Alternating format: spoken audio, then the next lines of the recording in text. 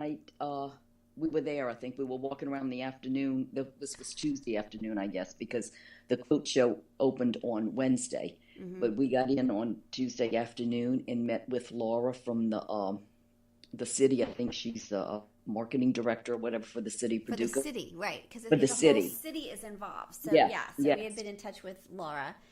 And Um, and when we got there to meet her, Quilt Man happened to be in. He usually gets on bus. Some lots of tour buses come in with yeah, groups, and um, he gets on the bus and does a tour. That's what we did when I had gone a couple of years ago on a yeah, bus.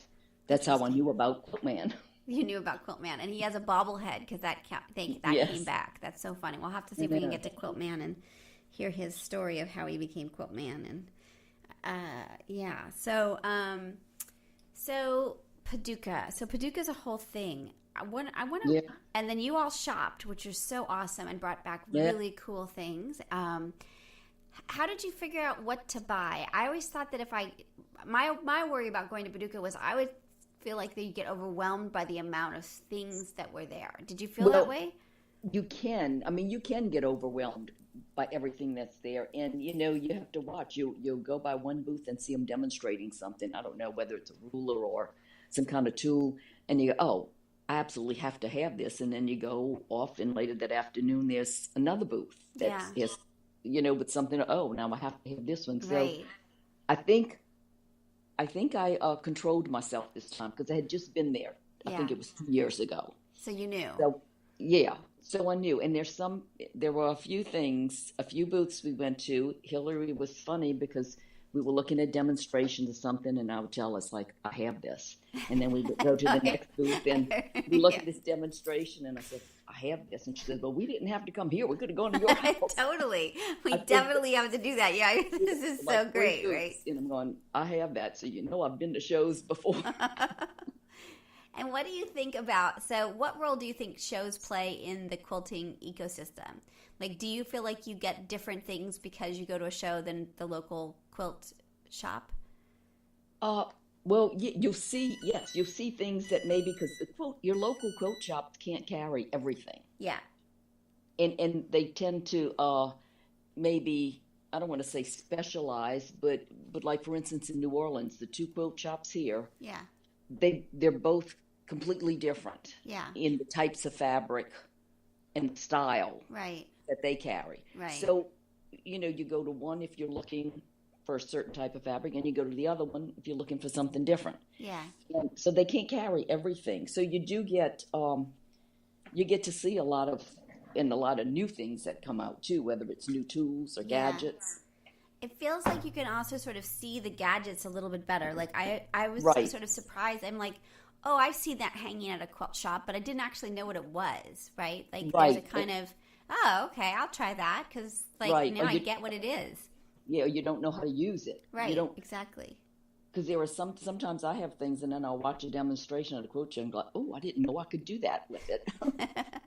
You bought it and you're using it one way, and you Yeah, find that there's many different ways to use it. interesting. Now, did you feel like, so one of the things is I'm kind of a slow shopper. I'm like cautious and slow. And I always worry at a show is like, how do I get back to, like, do you feel like you just buy what you need to buy when you see it at a show like this? Or can you like think, I think I might like that and like figure out how to get back? Because that always worries me on big shows like Yeah, this. I think at the big shows you need to buy it when you see it Yeah, I think so too.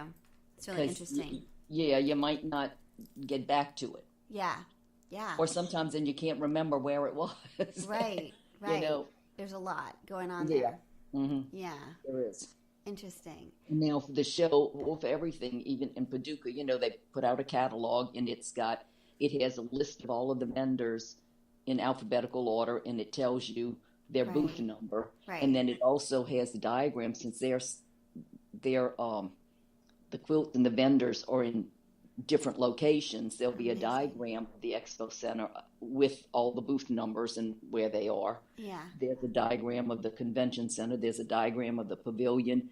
There were also quilts and vendors in the Finkel House, and we did not get to the Finkel House this time. Interesting. I think we kind of jumped around a little bit. I don't know. And then one day too, we split up in um, two or three of us maybe went.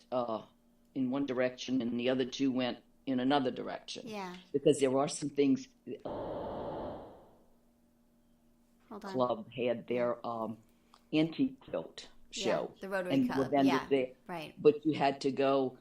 I think we got dropped off. Yeah, Hillary and Gigi dropped Judy, Edith, and I off that morning, and then we had to take the shuttle back to town. Yeah. But the shuttle then also went to Hancock's of Paducah. Amazing. So you can't walk to those. You need either a car or you need to take the shuttle. And Hancock's, for those that are listening that don't know, Hancock's is a gargantuan, famous quilt shop, right? It's not even, I mean, shop is not like, it's like warehouse, right? It's a shop in a warehouse. Yeah. Because generally most people order from Hancock's of Paducah. There's a catalog that you can sign up to get a free catalog. And yeah, they have lots of fabrics and amazing. And lots of boutiques too, and kits. Yes. Yeah. All right. So, what did you buy? What were you? Did you go looking for certain things, or did you just kind of wander and see what you wanted to do? I told myself I was not going to buy a lot, but I did have a couple of things on my list. I wanted the Gypsy Wife pattern, right? And I did get that. Cool. I wanted some. And there's some, and on the Gypsy Wife pattern, a bunch of you, like there, I think we may try to do a quilt along with Just Wanna Quilt on that, because there's a bunch of people that want to do it. So we're going to talk more about that. And a quilt along is, do you want to explain what a quilt along is in case people don't know that are listening? Well, let's see. I haven't done any official quilt alongs, like on the internet and stuff like that. But a couple of friends and myself, we all wanted to do the same pattern. Yeah. So Colleen made up a schedule. Yeah. For us, and this month you had to cut this and cut the next month, cut this and make this pattern. We did it so that by the time we went to a retreat, I think we started it in January. By the time we went to a retreat in August, we'd either have it put together or be able to put it together there. That's really cool. And we all did it. That's kept amazing. us on schedule. Yeah. So basically, that's a quilt along, doing it as a group with doing certain things every week or every month. Right. And maybe you'll stay on track and actually finish it. Yeah, and so what happens with the quilt along and the idea, we're just trying to plan summer so far. I mean, yesterday was the first day of summer for me, so we're gonna get this planned. But there's enough interest in it's Jen, is it Kingwell? Kingwell. Yeah, and I've got her. It's a Small World, but this is a Gypsy Wife, which is really cool. And there was one at the quilt show, right, at the GSQA.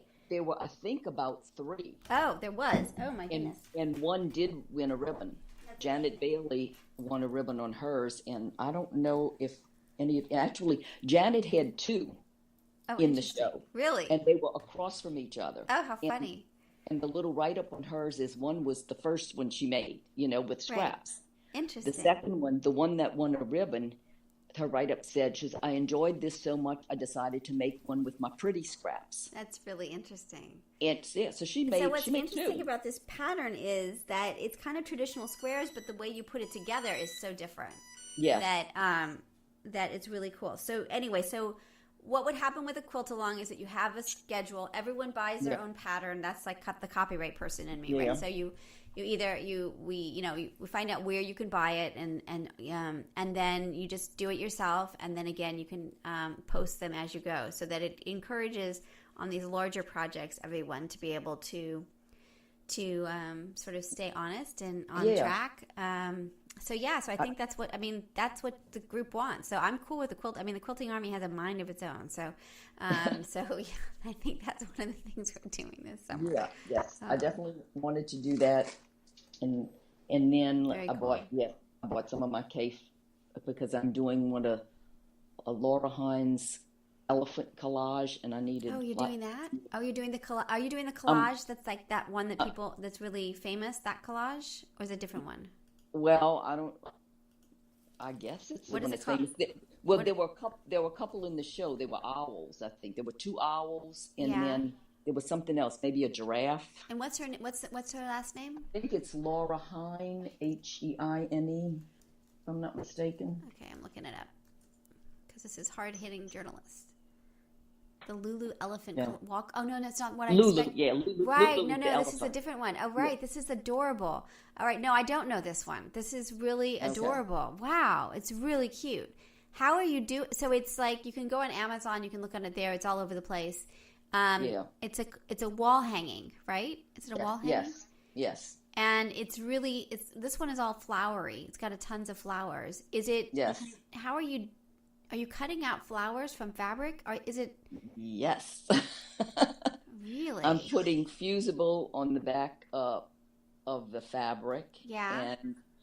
And then cutting out the flowers. And then, and I'm using the double-sided, the one that hits paper on both sides. So when you peel it off, you can stick it down with your hand and it doesn't move. It'll be permanent when you iron it. But I don't iron it right away. I'm placing it and then I might move them around and I don't know. It's I guess it's coming along. We'll have to see because I'm not very artistic and I think I'm getting too much of a big jump from one color to the next. So I need to blend it in a little bit more. It's hard. I find scrappy quilts hard. So I would imagine that would be hard, like trying to get the right, Yeah, because with this, you've got like the two back legs. You need enough of a contrast in the fabrics to be able to tell that there are two legs, not just one big fat leg.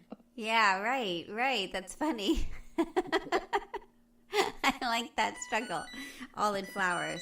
Yeah, so that's cool. What else were you looking for?